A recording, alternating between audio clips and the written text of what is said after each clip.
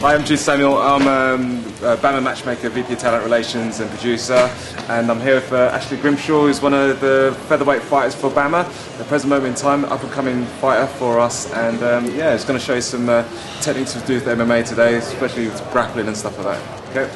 And Jude's going to throw me around. I'm not going to throw you around. So let's start off with arm bars from mount, and then we're going to switch to triangles and stuff like that, and different variations from arm bars. Okay. So I've got normal positions for jiu-jitsu, basically, and same thing for MMA. Okay, it's the guard position. If I'm sitting in this position here, okay, and my opponent has loads of attacks from this position here. Okay. I've also got side control. Okay. Side mount, some people call it, okay, which is this position. Okay, I need my shoulder up inside of his chin to stop him from moving, so his hips can't rotate. And then I have this position here, boom, which is called mount position. Okay, so first of all, let's just deal with the basic armbar from the mount. Okay, so the first thing I need to do is actually add pressure to the arms, okay, and stop my opponent from being able to defend. Okay, within MMA, yes, you can punch, you can hit, etc., but it's very good sometimes to find a nice core and a nice base to what you're doing, okay, so you don't actually have to exert yourself or to open up too much of the time, okay. Now the main thing with actually attacking from the top is the amount of pressure that you can apply to your opponent's arms, okay. If I can put my body pressure against his arms, okay, and wear his arms out, it's much easier for me, my job's way much easier, okay. So what I'm going to do, my right arm's going to slide in, I'm going to grab hold of his elbow, I'm going to bring it to the center of my stomach this way, okay. The left hand's going to go over to this side, and as I come forward, I'm going to push all my weight down on top of his arm, and bring my left leg, as you can see, tight to his head, okay? So it's nice and tight. My left hand is then going to grab his elbow on this side, I'm going to sit up with my right foot, I'm going to turn my foot, and I'm going to face 90 degrees this way, okay? Pushing my hips against his arm the whole time, okay? Now, his arm's totally locked up, and he won't be able to turn into me to defend, which means he can't pull his elbow to the floor, because he has to get right past my hips, okay?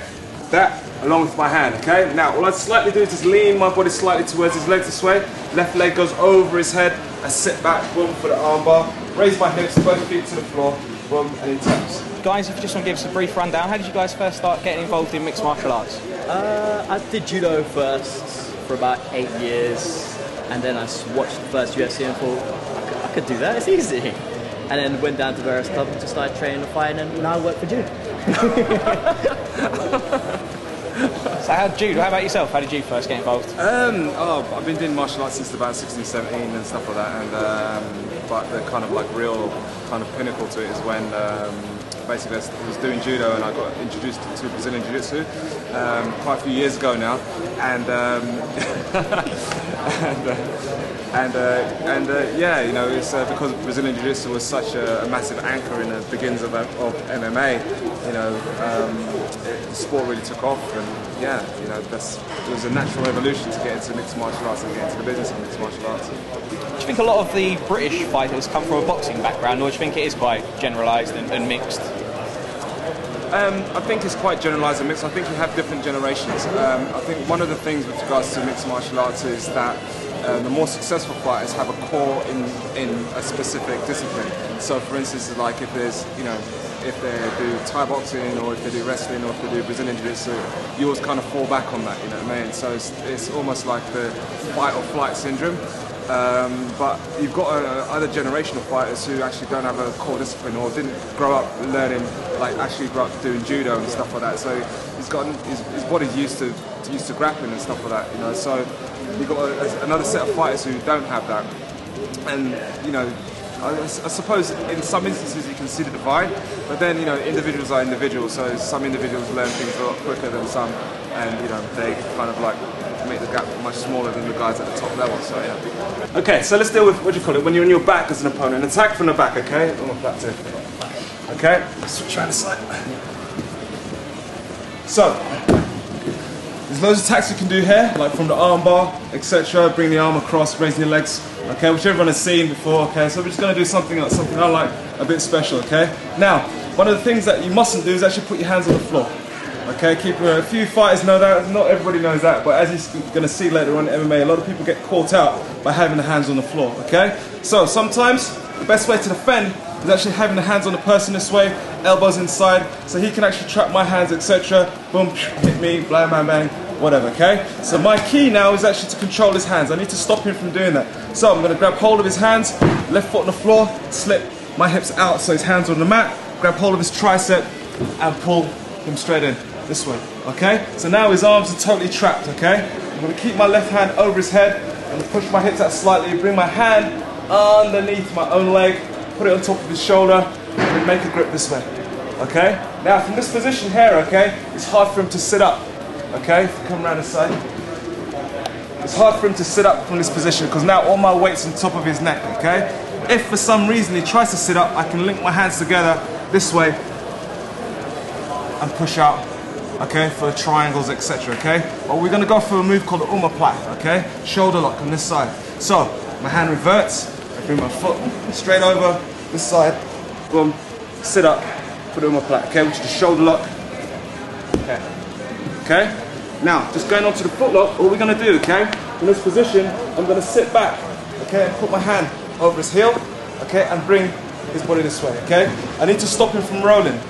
That's why I bring my hands here, or I put my hands here, okay? If my hands aren't there, he's just gonna roll, boom, forward, turn into me, bang, he's gonna come on top, okay? So, this hands stops him from rolling, okay? Now, once I've done that, my left hand comes across, okay, I'm gonna grab hold of his heel, put my hands on his toes, boom, figure 4 foot lock from this position, okay? And MMA is growing in Britain. It's already huge in the States. How big do you think it can get in England? Depending on how the promoters are. If everyone got along and we all put shows on together, we'd be as big as America. We'd maybe even do our own pay-per-view show, but there's too many egos and too many shows, so it's going to take a long time to catch up with America. Do you think it could ever get to the point where it gets as big as boxing if everyone came together and embraced the sport? It's already bigger than boxing. It's already bigger than boxing. The sport, I would have to say, in hand on my heart, the sport as an entertainment value and the way it's actually marketed at the present moment in time is way bigger than boxing. When was the last big boxing show? Who was the last big boxing show? There's a UFC 2 weeks ago. There's a UFC this next Wednesday. Sure, I mean, obviously you've got UFC coming up in England pretty soon, haven't you? It's in October. The problem is, I think that the problem is that I think we in MMA have to be very careful about. We are actually, you know, I think we need to assimilate that boxing crowd instead of actually fighting against it. I think with regards to mixed martial arts, I think we actually have. You know, I think boxing probably has to actually do the same as well, because they are the oldest pugilistic hand-to-hand sport as a sport. You know, it's much older than MMA, right? A couple of hundred years, you know what I mean? So, but I think with regards to the kind of entertainment value, you know, you can't beat MMA. And what do you make of boxers actually now trying to switch over and take part in mixed martial arts? I think it's great, yeah. They're bringing that straight striker in, back from UFC #1, and hopefully learning wrestling. They should hopefully cause problems for guys. Yeah, I think the one thing with regards to MMA and the one thing that it actually takes away from fighters is that the fighters don't talk smack talk because they know what's involved with regards to being a mixed martial arts sport. So, for instance, you can't, you know, that's the one good thing that boxers do have, you know, like when James Toney fought Randy Shaw, you know, it's like, people go, I can't believe that James Toney talking about that, but that's what boxing brings. That's the one good thing, you know, that you can name all the top level boxers who talk smack talk. It's good and it's really entertaining. I mean, that's what sells the fights, you know. So guys, this is a technique we're going to call, it's called the Brabo. The Americans have renamed it the Darce choke, but the Brazilians call it the Brabo. Okay, we in England just call it Side joke. Side joke. Okay, so guys, same side control position, okay? I need to control his arm this side, okay? Now, my right foot comes underneath his shoulder, okay? Because I need to push my hip against his arms as I turn over, okay? So, I'm gonna turn over and my left hand is gonna go behind his neck here, okay? Now, when I bring my hand behind his neck, I'm gonna hold on the inside of my leg, like so, okay? So it traps his head. My right hand is going to go to the other side of his body, okay? And now I slide my body down, okay? And force him to turn.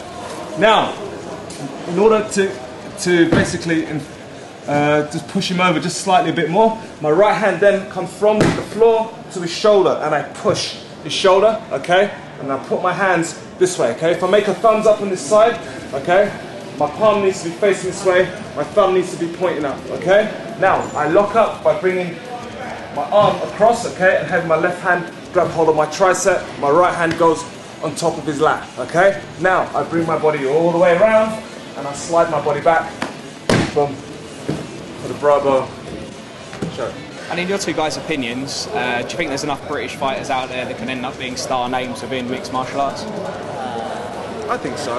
I think so. But I think, you know, it's down to training, marketing, you know, how well, you know, we put the shows together in the UK. You know, for instance, like, you know, BAMMA, the show that I'm heavily involved in, you know, this is one thing that we do try to do. You know, it's not very often that you know, a fighter can get the opportunity to fight in a big stadium event that's on a well-produced show. Because the majority of the fighters do, you know, they end up fighting on shows that are in, like, you know, smaller venues and stuff like that, etc. But you don't get exposure. So, you know, if we can offer that opportunity to give fighters that experience to go on to, say, other bigger shows or different shows like UFC, etc., you know, we're benefiting their career as well.